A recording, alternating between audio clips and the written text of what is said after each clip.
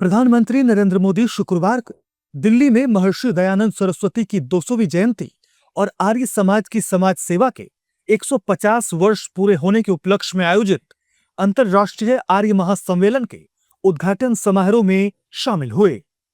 समारोह को संबोधित करते हुए पीएम मोदी ने कहा कि यह अवसर पूरे भारत की पहचान और समाज सुधार की परंपरा से जुड़ा है। आर्य समाज की स्थापना के 150 वर्ष ये अवसर केवल समाज के एक हिस्से या संप्रदाय से जुड़ा नहीं है। ये अवसर पूरे भारत की वैदिक पहचान से जुड़ा है।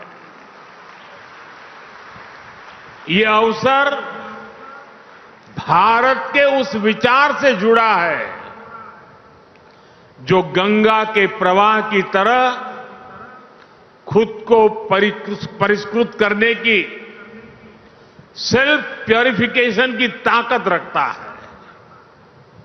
ये अवसर उस महान परंपरा से जुड़ा है जिसने समाज सुधार की महान परंपरा को निरंतर आगे बढ़ाया। प्रधानमंत्री ने कहा कि अपनी स्थापना के बाद से आर्य समाज से जुड़ी महान विभूतियों ने धर्म जागरण के जरिए इतिहास की धारा को नई दिशा दी। स्वामी श्रद्धानंद जैसे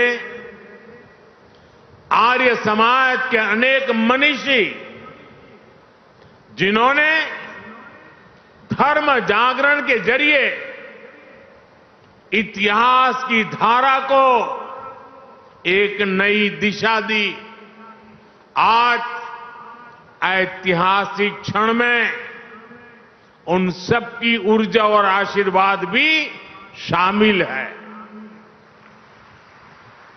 मैं इस मंच से ऐसी कोटि कोटि पुण्यात्माओं को नमन करता हूं, उनकी स्मृति को प्रणाम करता हूं। पीएम मोदी ने कहा कि स्वामी दयानंद सरस्वती जानते थे कि अगर भारत को प्रगति करनी है तो उसे न केवल गुलामी की जंजीरों को तोड़ना होगा बल्कि उन जंजीरों को भी तोड़ना होगा जो हमारे समाज को जकड़े हुए है।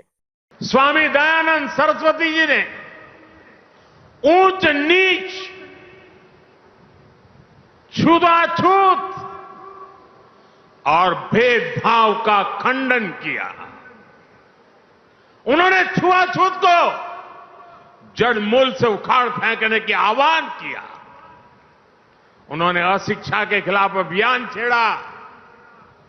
उन्होंने हमारे वेदों और शास्त्रों की गलत व्याख्या और मिलावट करने वालों को ललकारा। उन्होंने विदेशी नैरेटिव्स को भी चुनौती दी और शास्त्रार्थ की पुरानी परंपरा से सत्य को सिद्ध किया। इस अवसर पर प्रधानमंत्री ने विशेष स्मारक सिक्का भी जारी किया।